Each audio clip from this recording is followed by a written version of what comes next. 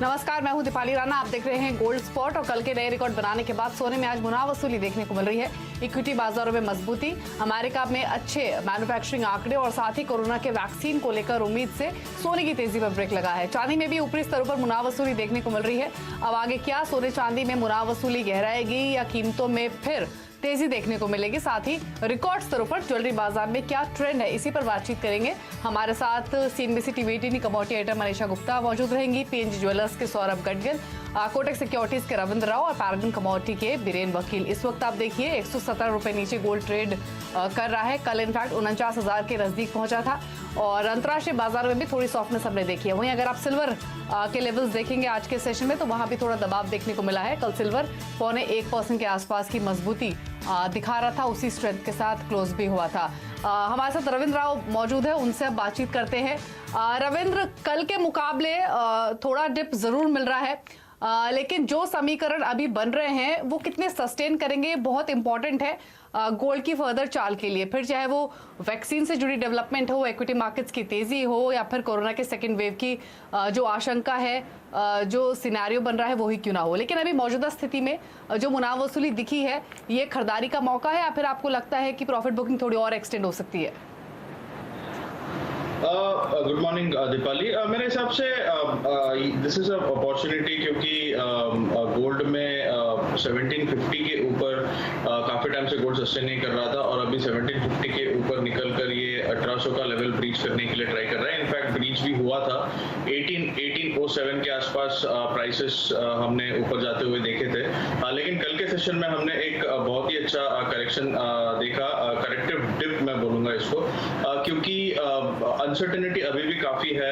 कल हमने यूएस के जो मैन्युफैक्चरिंग पीएमआई है और अदर कंट्रीज, अदर जो डेवलपिंग नेशन है उनके मैन्युफैक्चरिंग पीएमआई है, उसमें सुधार देखा है। इनफैक्ट यूएस का जो पीएमआई है वो 50 के ऊपर आया है, विच शोस एक्सपेंशन।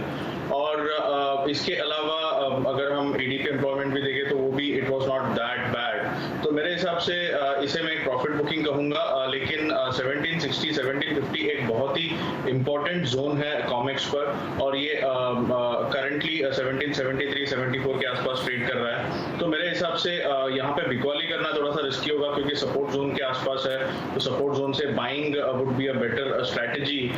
इसीलिए मुझे लगता है कि एक बारी 1768 1765 के आसपास आता है तो एक अच्छा अपॉर्चुनिटी है बाइंग के लिए। और अगर एमसीएक्स पर देखें तो एमसीएक्स में अराउंड 48,050 48,000 के आसपास एक अच्छा बाइंग जोन है। रुपी हालांकि अभी थोड़ा सा एप्रिसिएशन मोड पे है, तो हो सकता है कि एमसीएक्स पर प्राइसेस थोड़े से ज्यादा नीचे आए as compared to Comex, but मेरे हिसाब से 48,000 का लेवल एक अच्छा लेवल होगा।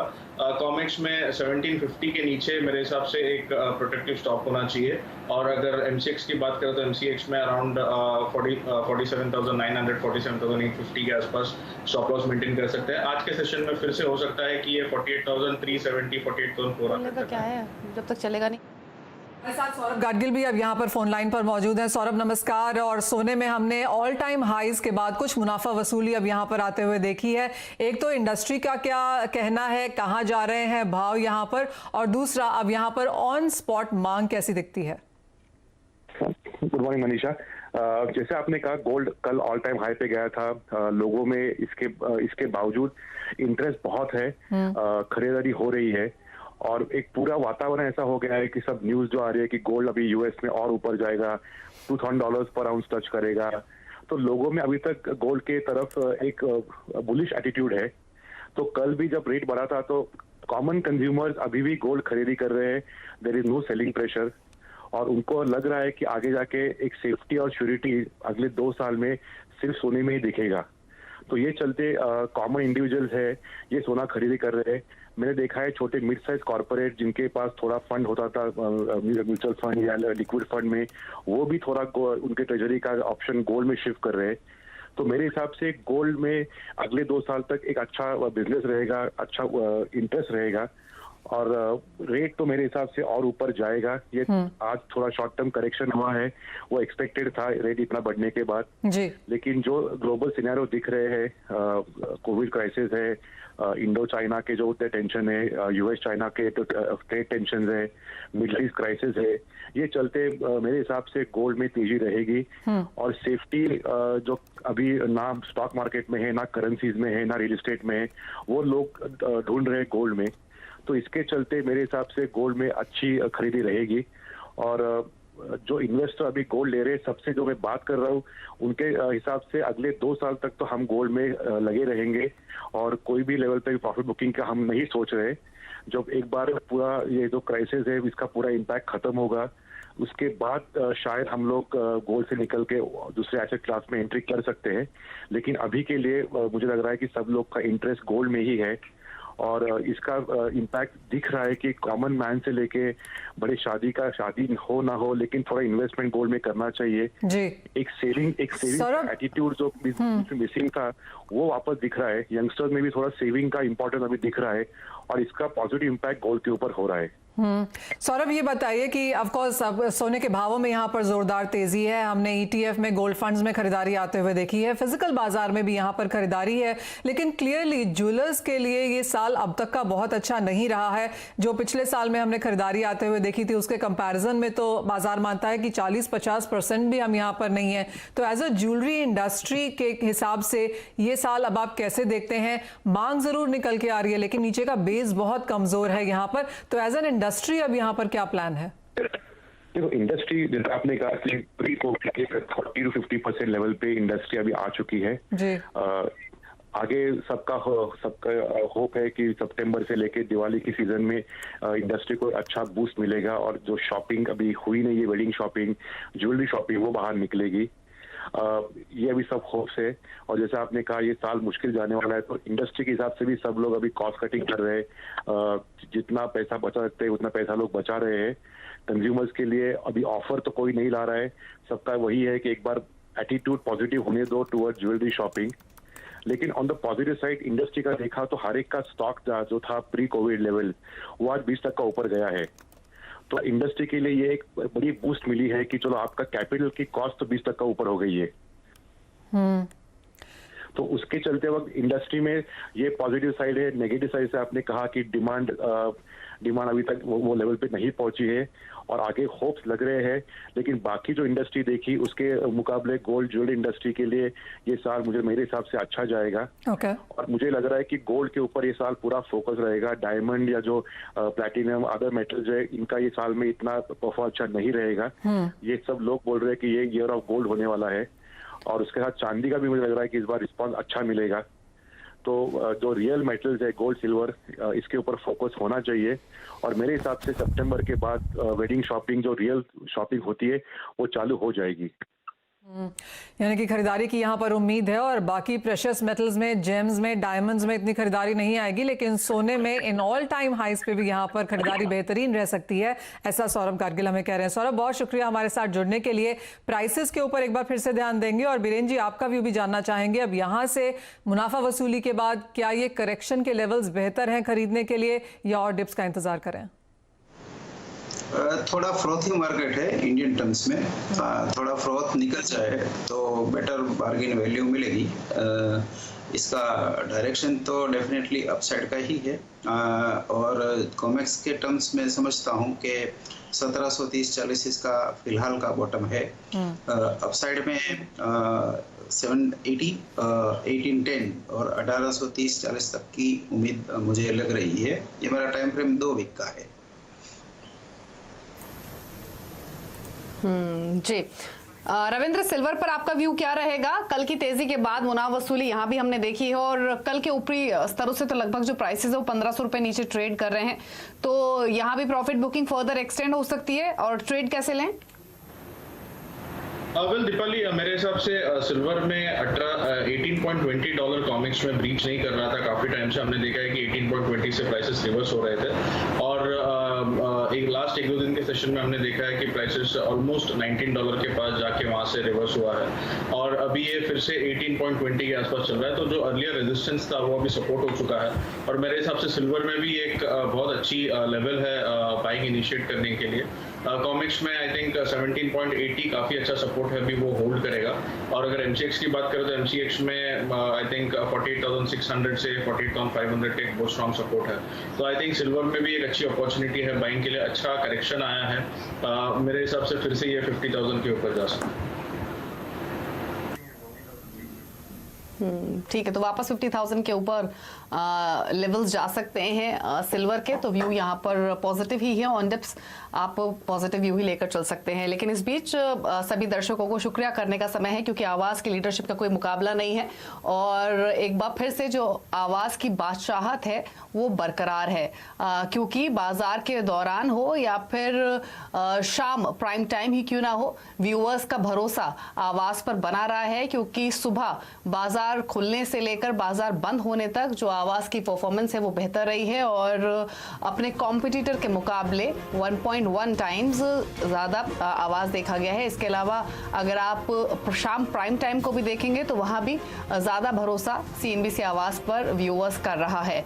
शुक्रिया सभी व्यूअर्स का आवाज पर भरोसा कायम करने के लिए और कोशिश हमारी यही होती है कि ऐसा कंटेंट हम आपके सामने लेकर आए जो आपको पसंद आए, जो आपको मदद करे। और इसीलिए एक बार फिर से सभी दर्शकों का बहुत बहुत शुक्रिया, क्योंकि बाजार के दौरान कॉम्पिटिटर से 1.1 गुना बड़ा रहा है सीएनबीसी आवाज और शाम प्राइम टाइम में भी इससे बेहतर परफॉर्मेंस रही है। तो लगातार सीएनबीसी आवाज पर भरोसा बनाने के लिए शुक्रिया और उम्मीद यही करते हैं कि आगे भी आपका ये भरोसा हमारे साथ रहेगा। लेकिन चलिए आगे बढ़ते हैं और वापस कमोडिटी बाजार की रुख कर लेते हैं। नजर आ लेते हैं क्रूड पर, जहां पर हमने आज एक मजबूती देखी है और अमेरिका में भंडार घटने के कारण कीमतों को सपोर्ट मिल रहा है। इसके अलावा यूएस के अच्छे मैन्युफैक्चरिंग आंकड़ों से भी कीमतों को सहारा मिला है। हालांकि कोरोना को लेकर चिंता से जो तेजी बनी है वो काफी रेस्ट्रिक्टेड है। बेस मेटल्स की भी वहीं बात करें तो कॉपर में लगातार मजबूती देखने को मिल रही है और सप्लाई में कमी और चीन के अच्छे आंकड़ों से मेटल्स को भी सपोर्ट मिल रहा है। तो ये रुझान है इस वक्त मेटल्स का और कच्चे तेल का। क्रूड पर एक व्यू ले लेते हैं। रविंद्र, क्या व्यू है क्रूड पर? जो उछाल आज दिख रहा है इसको यूज करना चाहिए बेचने के लिए या फिर कोई और रणनीति है? वेल दीपाली, मेरे हिसाब से क्रूड में अभी भी वो स्ट्रेंथ नहीं दिखाई दे रहा है क्योंकि प्राइसेस $40 के ऊपर सस्टेन नहीं कर पा रहे हैं। कल का जो इन्वेंट्री डेटा आया था वो नेगेटिव में ही आया था, जो डिक्लाइन हमने देखा है, लेकिन एपीआई के मुकाबले थोड़ा सा कम डिक्लाइन आया था और उस वजह से हमने थोड़ा सा प्रॉफिट बुकिंग भी देखा है इसमें। तो मेरे हिसाब से अभी as of now crude specific कोई फ्रेश ट्रिगर्स नहीं है।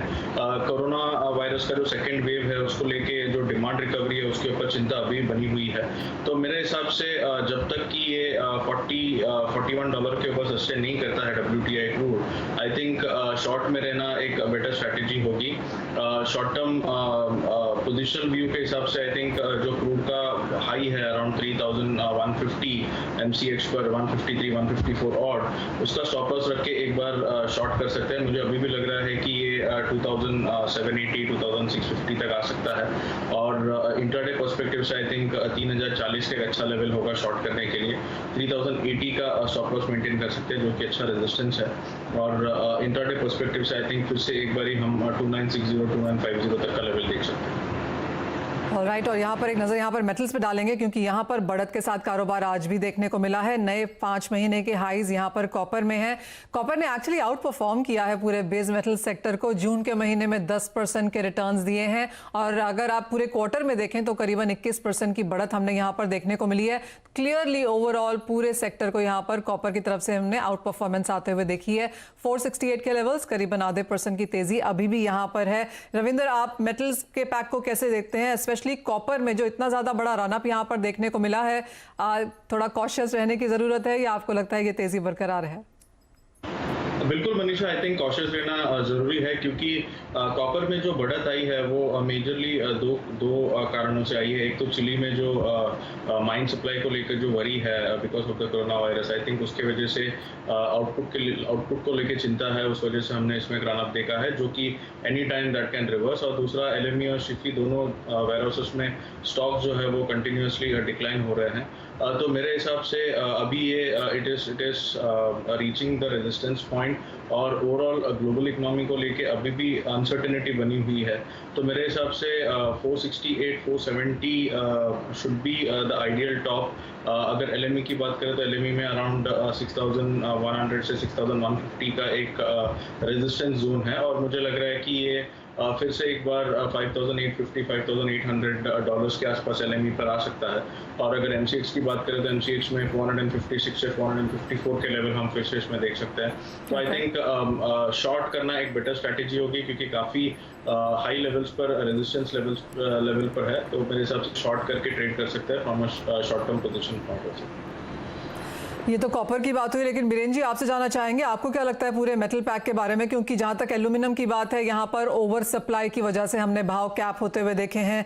लेड की अगर बात करें तो यहाँ पर स्टॉक्स में गिरावट है, उसका फायदा यहाँ पर देखने को मिला है। और जिंक में हमने देखा है कि 5.5-6% की ग्लोबल प्रोडक्शन जो है वहाँ पर बंद होती हुई नजर आई है। तो क्लियरली हर मेटल के अपने अपने फंडामेंटल्स हैं, आपका रुझान किस तरफ है? यहाँ जैसे आपने कहा काफ़ी मिला जुला कारोबार है, तो यहाँ मैं एक स्प्रेड ट्रेड पे प्रिफर कर रहा हूँ जहाँ लेड बाई करके एल्यूमिनियम शॉर्ट करूँगा क्योंकि लेड इनवर्ट में है और एल्यूमिनियम लार्ज कैरी में है। तो यहाँ दोनों साइड से रोल ओवर फिनेंसिंग हो सकती है। ये लंबा ट्रेड है बट काफ़ी लो रिस्क है ये। ऑल राइट बीरेन जी, तो यहाँ क्लियरली वहाँ पर एक पेयर ट्रेडिंग यहाँ पर मेटल्स की तरफ से आती हुई काफ़ी मिक्स ट्रेड्स यहाँ पर हैं, लेकिन हमने वॉल्यूम्स में और वॉलेटिलिटी में और इंटरेस्ट में यहाँ पर डेफिनेटली मेटल्स में बढ़त आते हुए देखी है। लेकिन इसी के साथ लेंगे एक छोटा सा ब्रेक। जब लौटेंगे तो बात करेंगे एग्रीकल्चर कमोडिटीज़ की, नज़र डालेंगे कॉटन पर भी जहाँ पर बुआई का इलाका करीबन 150% से बढ़ा है पिछले साल के कंपेरिजन में।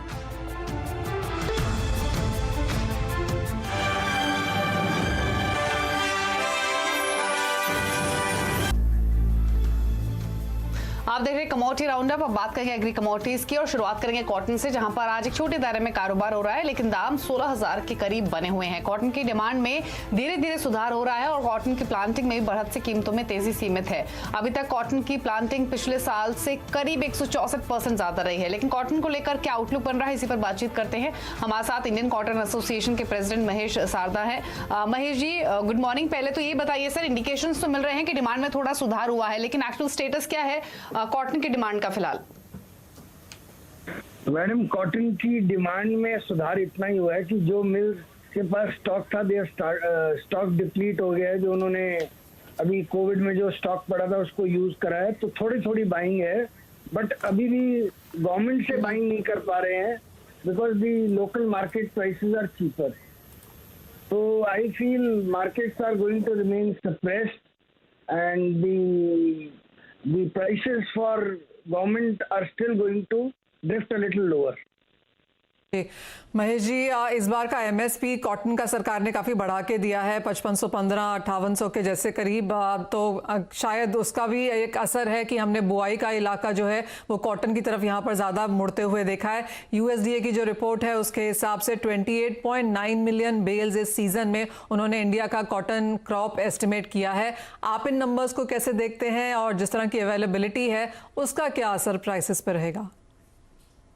मैडम, इंडियन कॉटन सोइंग बढ़नी है। गवर्नमेंट ने एमएसपी प्रोग्राम बहुत अच्छे तरीके से करा है और फार्मर्स को उनसे बेनिफिट हुआ है और उनकी आशा है कि अगले साल भी मोदी गवर्नमेंट कॉटन फार्मर्स को सपोर्ट करेगी। तो as far as the MSP prices are concern, they are going to remain high. तो उससे जो प्राइवेट ट्रेडर्स हैं वो या प्राइवेट जिनर्स हैं वो आउट रहेंगे और गवर्नमेंट मटेरियल को परचेज करेगी। बट द डायलेमा इज कि जो वैल्यू चेन है उसमें डिमांड डिस्ट्रक्शन है ड्यू टू कोविड और प्राइसेस आगे सप्रेस्ड है, तो government will have to buy at a higher price and sell at a lower price and it will have to absorb the losses. So I feel the crop is going to be large, it is going to grow The Indian government is already carrying a very large crop. So I don't see a spike in the Indian cotton prices for next 2 months. Mahesh ji, एक final सवाल मेरी तरफ से। जैसे हम बात करते रहते हैं इंडस्ट्री से, मानना यही है कि इंडिया के कॉटन प्राइसेस वर्ल्ड में सबसे चीप हैं। आप इसे कैसे देखते हैं? इवन एज एमएसपी भाव ज़्यादा हैं, इवन एज सरकारी खरीद यहाँ पर बहुत ज़्यादा है, आगे जाके फिर ट्रेंड्स कैसे रह सकते हैं भारतीय बाजारों में डिमांड के हिसाब से और एक्सपोर्ट के हिसाब से? मैडम, जो स्पिनर्स हैं आज के दिन स्पिनिंग में उनको प्रॉफिट है जी, वो पर जो यार्न की या कपड़े की डिमांड नहीं होने के कारण they are not able to run to full capacity और बाय ओपनली। तो उसमें 2 कंस्ट्रेंट्स है, one is reduction of demand and second is the liquidity problem also. They don't see a very big upsurge so that they borrow and they buy more cotton. Everybody is trying to remain hand to mouth, and the prices are very very limited range bound. Though there is बहुत ज्यादा नीचे जाने के chance नहीं, but नीचे की तरफ ही रहेंगे प्राइसेस। तो सारे स्पिनर्स बहुत कम कॉटन लेके चल रहे हैं। हाँ जी, और कॉटन की तरफ से मार्केट, इंडियन मार्केट उठना भी मुश्किल है और सीसीआई को भी बेचने की कंपल्शन है। ये स्थिति है। आप इसके अलावा कुछ और पूछना चाहते हैं? को समझाने के लिए नहीं, शुक्रिया सर, जो आपने बताया वो काफी है। लेकिन एक आउटलुक बीरेन से जरूर ले लेते हैं। बीरेन, जो भी कॉन्वर्सेशन महेश जी से हुआ वो आपने भी सुना होगा, कोई भी ऐसा इंडिकेशन है नहीं जो कि प्राइसेस को ऊपर जाने में सपोर्ट करे। ऐसे में क्या स्ट्रैटेजी होनी चाहिए कॉटन पर फिर? इसमें से मैं शॉर्ट साइड रहना प्रेफर करूंगा, क्योंकि अब तक तो क्या कि इंडियन मेलर्स जो कंज्यूमर थे वो ऐसा मानते थे कि सीसीआई या गवर्नमेंट ऑफ इंडिया मेरे लिए ही तो स्टॉक कर रही है। अब शायद अगले सीजन में पूरी वर्ल्ड भी ये मानेगी कि इंडिया हमारे लिए तो स्टॉक कर रहा है। तो nobody is seeing any shortfall in supply. तो I think we have to see sizeable downside. नीचे की तरह इंडियन कॉटन में स्पेशली काफी जगह है, आइस में भी थोड़ा ऊपर रहेगा। जी बीरेन जी, आइस में तो हमने 4 महीने के हाईज भी बनते हुए देखे थे इस हफ्ते में, लेकिन आपको क्या लगता है फिर कितनी गिरावट यहाँ पर देखने को मिल सकती है? क्योंकि किसान तो शायद इसीलिए बोल रहा है कि सरकार खरीद ही लेगी जो भी वो कॉटन बोएंगे। इन 16,000 करंट के लेवल से आपको क्या लगता है नियर टर्म अगले 2-3 महीने में किस तरह की डिक्लाइन देख रहे हैं हम?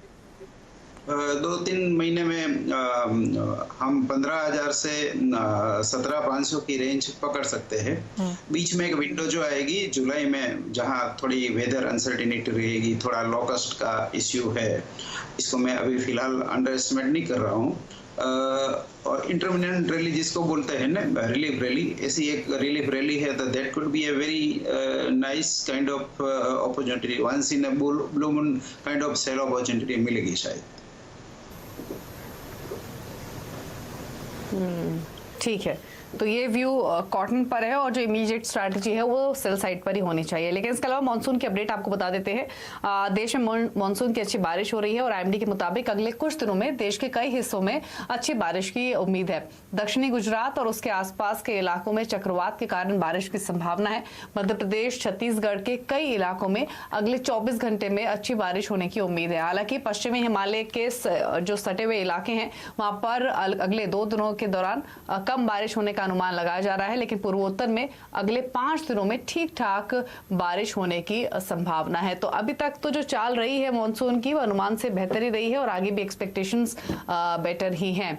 लेकिन अगर आगे बढ़े और फटाफट से नजर डाले कुछ और कमोडिटीज पर, तो एक बार पूरी ही एडिबल ऑयल स्पेस को देख लेते हैं, वहां पर क्या रुझान आज के सेशन में बना हुआ है। हालांकि कल हमने देखा था कि जो रुझान था वो पॉजिटिव साइड पर ही था, लेकिन आज के सेशन में अगर सोया ऑयल, इसके अलावा क्रूड पाम ऑयल को आप देखेंगे तो वहां पर जो बायस है वो थोड़ा सा मिला जुला है। कोई ट्रेड लेना चाहेंगे क्या बीरेन पूरे ही एडिबल ऑयल स्पेस में, स्पेशली क्रूड पाम ऑयल जहां पर हम 1/4% के आसपास की बढ़त देख रहे हैं? क्या कन्विक्शन है सीपीओ पर, या फिर कोई और कमोडिटीज को चुनेंगे?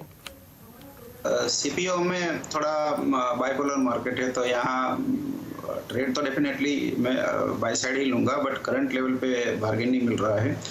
सोयाबीन ऑयल पे मुझे 780-85 पे बाय साइड में जाना है अगस्त कॉन्ट्रैक्ट में। यहाँ 820 का टारगेट रहेगा और 760 का स्टॉप लॉस रहेगा। सोयाबीन मुझे काफ़ी अच्छी बेट लग रही है। यहाँ 3680 3700 पे बाई, 3800 का टारगेट और स्टॉप लॉस 3580 का। ऐसा है कि मॉनसून की तरफ से खबरें अच्छी हैं, इक्विटी मार्केट्स ऊपर हैं, वैक्सीन को लेकर पॉजिटिविटी है, मैन्युफैक्चरिंग डेटा ग्लोबली काफी पॉजिटिव आए हैं, जिसका असर हमने करेंसीज पे भी देखा है। रविंद्र, रुपए में क्या लगता है आपको, जिस तरह की बढ़त हमने आते हुए देखी है, अब यहाँ पर इस लेवल से क्या रेंजेस हैं? वेल मनीषा, रुपी में एक बहुत ही नैरो रेंज है, लेकिन जो आज का लेवल है around 75.48, I will wait for 75.40। अगर 75.40 के नीचे ये सस्टेन करता है तो मेरे हिसाब से एक बहुत ही अच्छा अप्रिसिएशन आ सकता है टिल 74.90 75 के आसपास। ऑन द फ्लिप साइड मेरे हिसाब से 75-70 का भी एक अच्छा रेजिस्टेंस है। उसके ऊपर निकल जाता है तो फिर आई थिंक अप्रिसिएशन का जो व्यू है वो थोड़ा सा नेगेट हो जाएगा। बट आई वेट, अगर 75-40 के नीचे अगर सस्टेन करता है तो I think it's a good level to go short. ऊपर में 75-70 का स्टॉप लॉस मेंटेन कर सकते हैं और नीचे में we can take a target of around 75 to 74.90।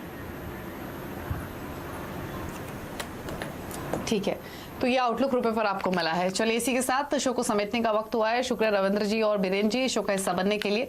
इसी के साथ मुझे मनीषा जी को दीजिए इजाजत, लेकिन ब्रेक के उस पार आप देख सकते हैं वायदा बाजार का पूरा एक्शन फ्यूचर एक्सप्रेस में। नमस्कार।